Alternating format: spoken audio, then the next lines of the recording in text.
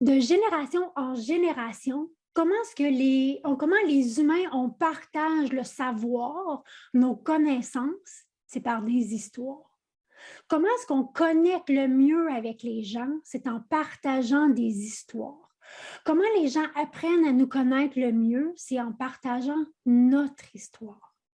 Donc, on a tous lu des articles et assisté à des conférences sur le storytelling, puis souvent, c'est beau, mais le comment on le fait, on reste souvent coincé avec ça.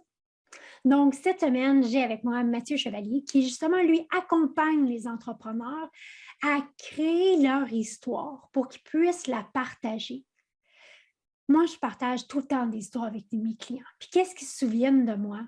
C'est des histoires. Fait que même si j'essaie de partager plein de compétences, ils vont prendre juste ici et là. Mais quand je partage des compétences dans une histoire, quand je partage le pourquoi on va faire telle stratégie ou telle stratégie dans une histoire, c'est là que la suggestion, la recommandation, elle colle. Donc, sans plus tarder, allons à mon entrevue avec Mathieu. Mathieu, merci beaucoup d'avoir accepté mon invitation aujourd'hui. Merci Sarah, je suis très content de pouvoir te parler à nouveau. On avait déjà fait un live ensemble. Oui. Ça semble être une éternité parce que c'était avant la pandémie. Là. Fait que content de te retrouver. Exactement. Mais oui, hein, on dirait que tout ce qui est avant pandémie, on dirait que ça fait comme 74 ans. Oui. J'ai moins de cheveux.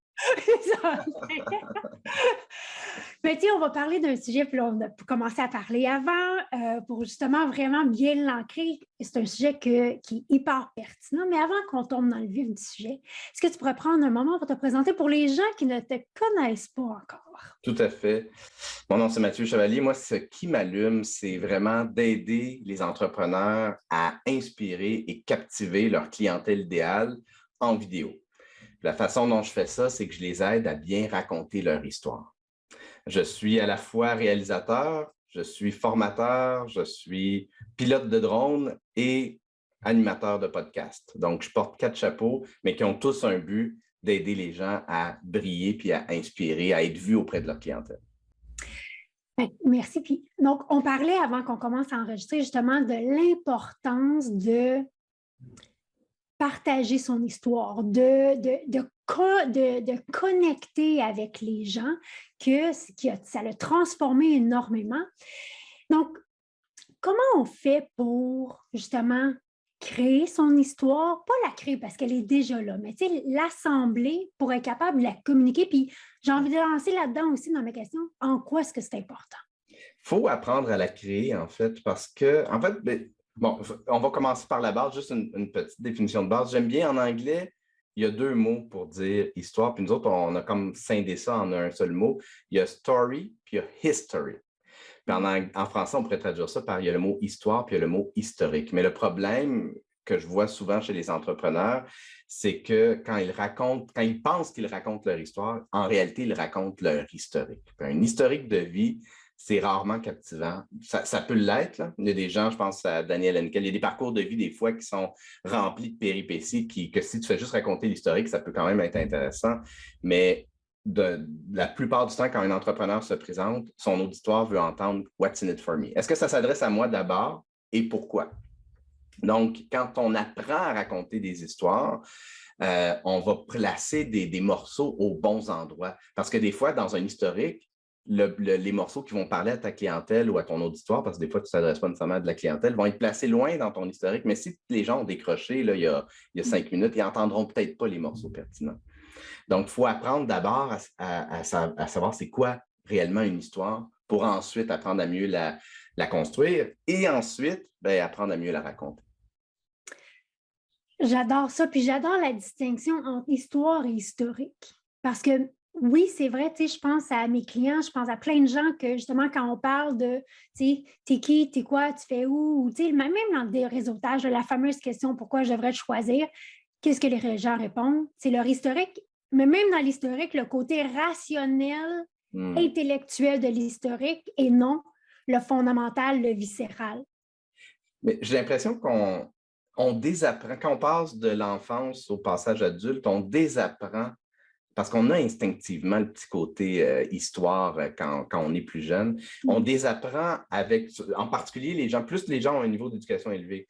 Le cégep, l'université, la façon dont tu vas construire un texte, l'intro, le développement, la conclusion, c'est pas intéressant si on se met à raconter les choses d'une manière qu'on construirait un texte straight.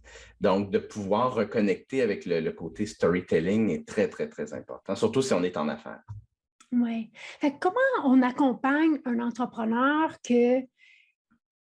intellectuel, justement, dans sa tête, comme 98% d'entre nous, à justement créer leur histoire pour être capable de la partager? C'est quoi premièrement, j'ai envie de demander, c'est quoi les erreurs que les gens font? Puis après ça, on tombera dans les bons coups, comment le faire. Mais c'est quoi les erreurs que tu vois que les gens font souvent? Les erreurs, c'est qu'on a tendance, je vais citer Donald Miller qui a écrit entre autres Building Story Brand.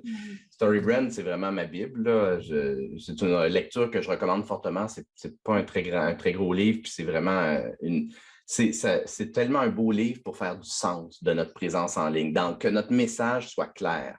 Lui, ce qu'il dit, c'est si on amène if you confuse, you'll lose. Si on amène des éléments de confusion, on perd l'attention des gens. Puis ce que Donald Miller aide les gens à faire, puis c'est aussi ce que j'aide les gens à faire, c'est de se positionner, c'est de choisir le bon rôle dans son histoire. C'est-à-dire, on est tous le héros de notre propre vie. Tous les gens, tous les humains, puis c'est normal, sinon notre santé mentale irait peut-être pas bien. On est tous le héros de notre propre vie. Donc, les gens à qui on s'adresse sont les héros de leur propre vie. Eux vivent des enjeux, ils vivent des obstacles qui les empêchent d'accéder à ce dans quoi tu peux les aider. Donc, si tu les aides, par exemple, à se partir en affaires, bien, il y a toutes sortes d'obstacles. J'ose peut-être pas quitter mon emploi, j'ose pas, il y a plein de risques, j'ai peur de mal évaluer les risques, j'ai pas les sous pour me lancer, peu importe. Il y a plein d'obstacles, il y a plein d'enjeux. Si l'entrepreneur qui peut aider cette personne-là se positionne lui-même comme étant le héros de sa propre histoire, l'autre héros, le client potentiel, croise la route d'un héros, fait comme j'ai pas besoin d'un autre héros dans ma vie, j'ai besoin d'un guide, j'ai besoin potentiellement d'un mentor, j'ai besoin de quelqu'un qui va me montrer un peu la direction, qui va m'aider à m'outiller, puis qui va m'inspirer à passer à l'action.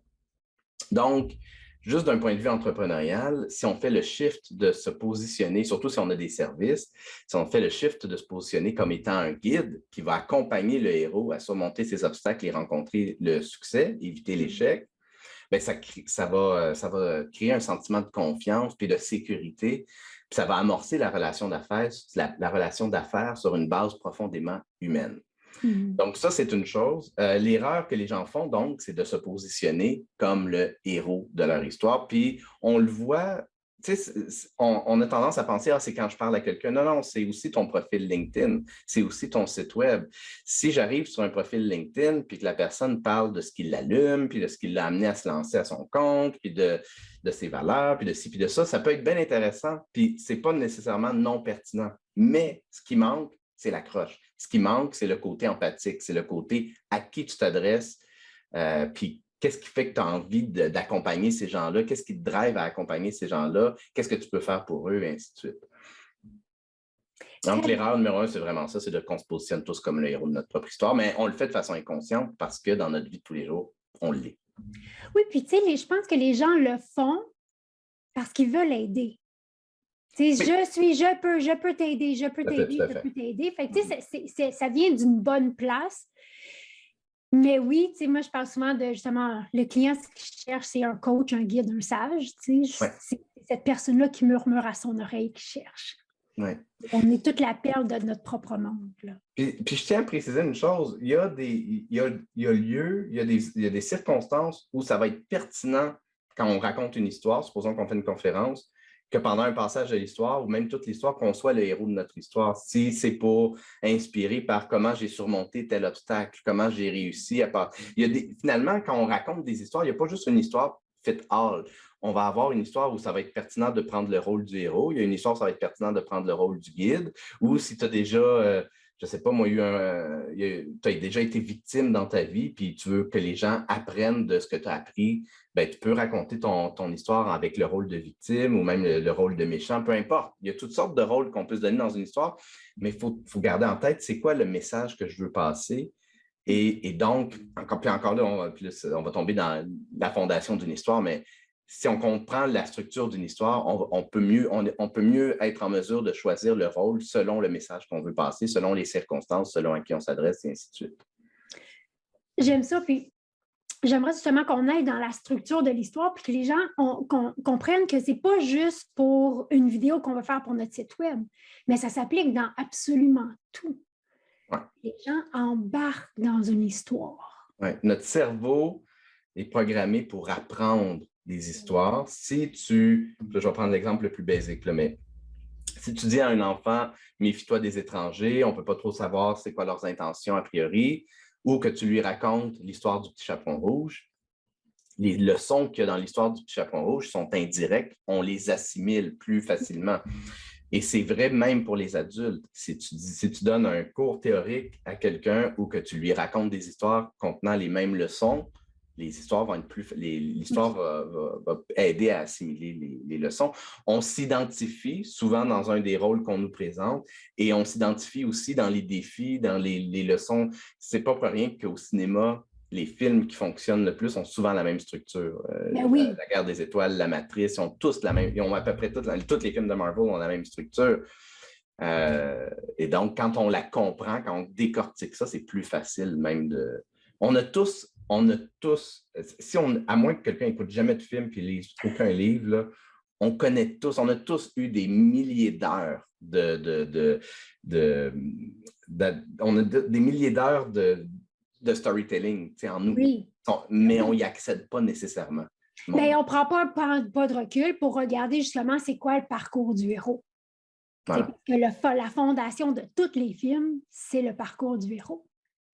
De presque tous les films, en tout cas tous les gros films hollywoodiens. Ben oui, puis même nous, quand on parle à nos clients, moi, je remarque quand moi-même, je parle avec mes clients et je passe la structure,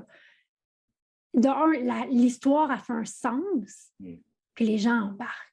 Fait que j'aimerais ça justement que tu nous parles de la structure d'une histoire. Bien, des structures, il y en a des tonnes. Mais effectivement, puis tu l'as nommé, le parcours le voyage du héros, The Hero's Journey, il est particulièrement fort, puis particulièrement pertinent aussi pour les entrepreneurs. C'est quelque chose qui a été étudié par Joseph Campbell, un chercheur américain dans les années 40-50, si je ne m'abuse. Il a écrit beaucoup sur le mythe. Oui. Puis ce qu'il a réalisé, à force de faire de la recherche, c'est que la plupart des sociétés ont des éléments similaires dans leur mythologie, dans la façon de raconter des histoires. Puis il a créé donc le Hero's Journey qui, là, je vais le décrire de façon très, très, très élémentaire, mais grosso modo, on a un héros de l'histoire qui est assez, peut-être pas nécessairement toujours pur, mais il est inconscient souvent du big picture. Donc, il y a un niveau de conscience limité. Il va avoir un premier appel à l'action pour sortir de sa zone de confort puis passer à l'aventure, mais habituellement, il va la refuser parce qu'il veut rester dans sa zone de confort, il est challengé, il commence à faire des prises de conscience qui peuvent être inquiétantes. On a peur du changement, entre autres. Finalement, il va faire la rencontre d'un guide, un mentor, un sage, comme tu dis, qui va lui donner confiance que oui, il peut passer à l'action, qui peut sortir de sa zone de confort. Il va finalement commencer par un premier passage à l'action qui va habituellement se résoudre en un échec. Il va être meurtri de ça, il va être blessé, il va apprendre de ses échecs, il va se relever, il va il va y avoir une introspection beaucoup plus importante. Et quand il va revenir à un appel à l'action, quand il va repasser plutôt à l'action, ben là, il va réussir. Puis c'est un cycle. Donc, une fois qu'il a rencontré le succès, le storytelling, c'est toujours un cycle. Là, il y a autre chose à laquelle on veut accéder, mais on ne sait pas trop comment. Il y a un autre défi qui se présente sur notre route. Ce qui est intéressant au niveau entrepreneurial de comprendre cette structure-là, d'en comprendre aussi les mécanismes psychologiques, parce qu'il y a, OK, j'ai un obstacle sur ma route, j'essaie de le surmonter, j'y arrive pas, je réessaie, j'y arrive, j'ai le succès. Mais tous les mécanismes psychologiques, les émotions, entre autres, que les gens vivent, je suis déçu, j'aimerais ça pouvoir passer, ou je m'en veux, j'aimerais ça pouvoir passer à l'action, mais je ne suis pas assez game, j'y vais, j'échoue, je suis déçu, tout le côté psychologique est important à comprendre parce que c'est ce qui nous permet d'avoir de l'empathie pour nos clients qui sont, s'ils sont les héros de notre histoire, qui vont vivre toutes ces choses-là. Donc, quand on sait qu'on s'adresse à un client qui est à tel moment dans le cycle, bien, on va avoir plus facilement un discours qui va s'adapter à cette personne-là. Donc voilà, là, je suis ressorti un peu, mais la structure de base du Hero's Journey, c'est ça.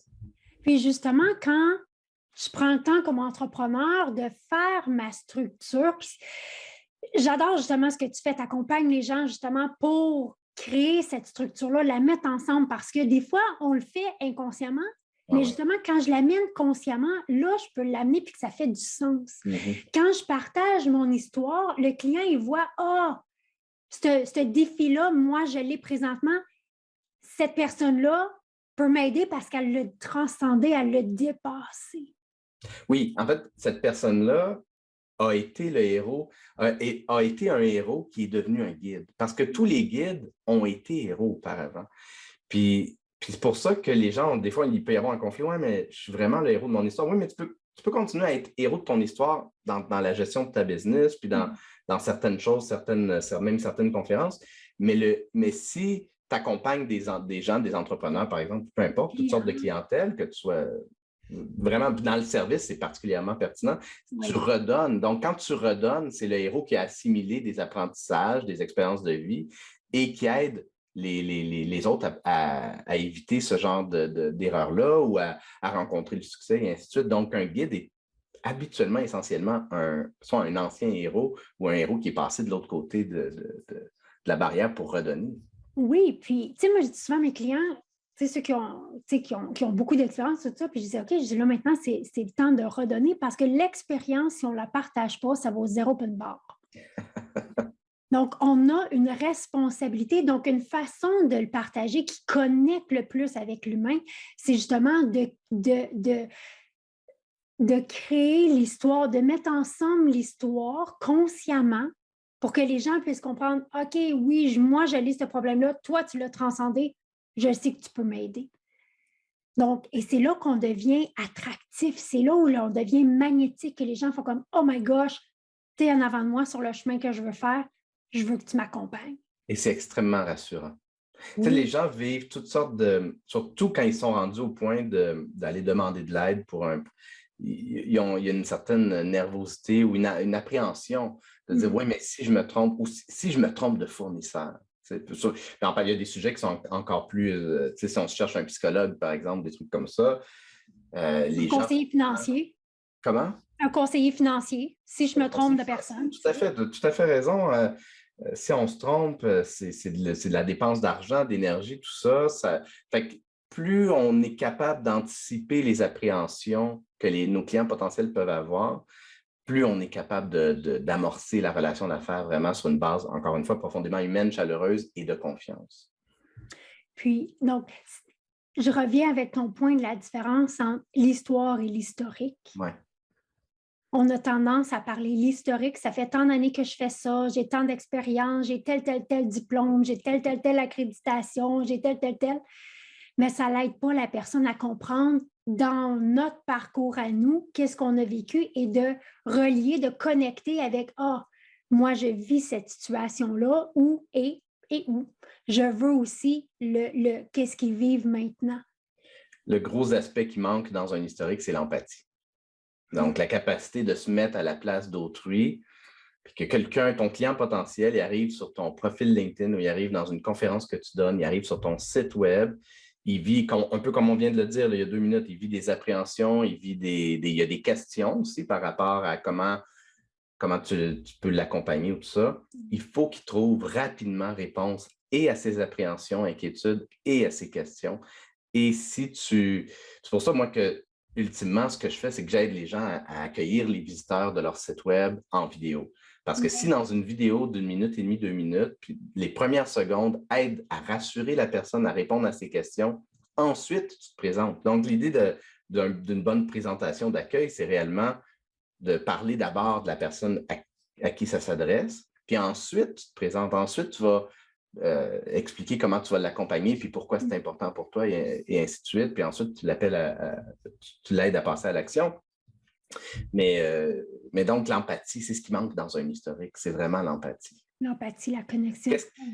Si je raconte mon histoire de telle façon, comment est-ce qu'un client potentiel risque de réagir? On ne se pose même pas la question. Comment est-ce que ça risque d'être accueilli? Souvent, on écrit pour nous, puis c'est normal, puis je ne veux pas faire le procès, mais c'est juste parce qu'on ne se prend même pas la peine de se demander quel est le message que je veux passer, puis qu'est-ce qui ferait en sorte que dans ce que j'écris ou dans ce que je livre, les gens se reconnaîtraient ou qu'est-ce qu'ils vont en retirer.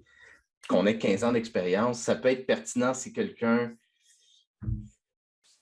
Ça peut être pertinent, mais c'est pas juste. C'est pas juste ça, puis habituellement, on ne choisit pas un professionnel pour ses compétences d'abord. On choisit la personne pour sa personnalité. On choisit de faire affaire avec la personne avant de choisir de faire affaire avec son bagage.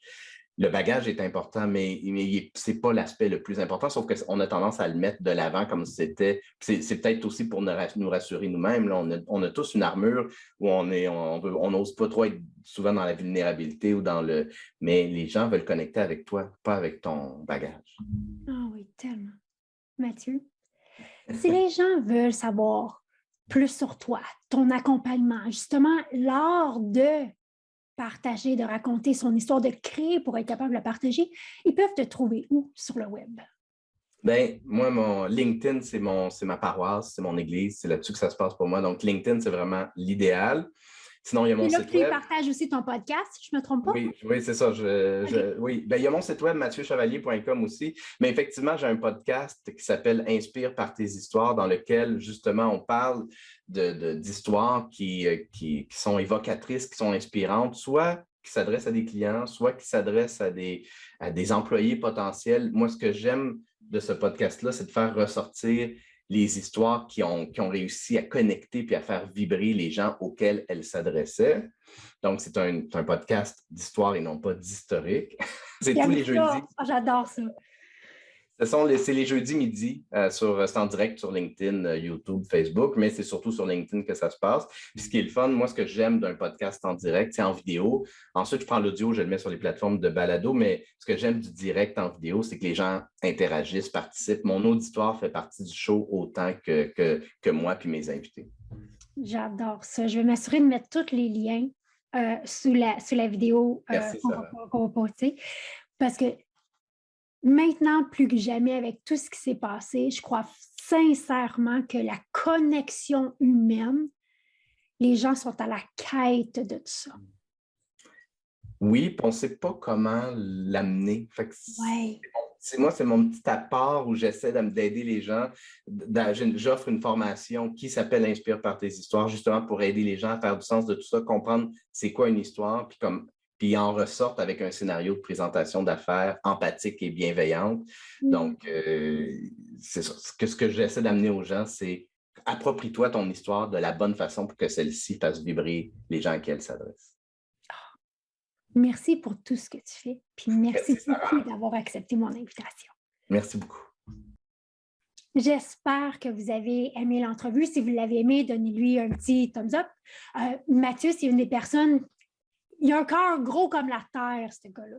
Puis, justement, son désir d'aider, puis d'aider les entrepreneurs à mieux communiquer leur histoire. J'adore quand il fait le parallèle de l'histoire versus l'historique. C'est vrai, hein, quand on parle avec des gens, quand on parle à des gens, on a beaucoup plus tendance à partager l'historique, l'intellectuel, que l'histoire, qui est le viscéral. Donc, votre mission cette semaine, c'est de regarder, faites un pas de recul. Est-ce que vous partagez plus votre histoire ou votre historique? Puis un coup qu'on met ça au jour, bien là, on peut changer comment on communique. Puis quand on commence à développer l'art de créer une histoire, partager une histoire, c'est là qu'on voit que dans la vie, tout est possible. Merci d'être ici semaine après semaine. Puis nous, on se voit mardi prochain.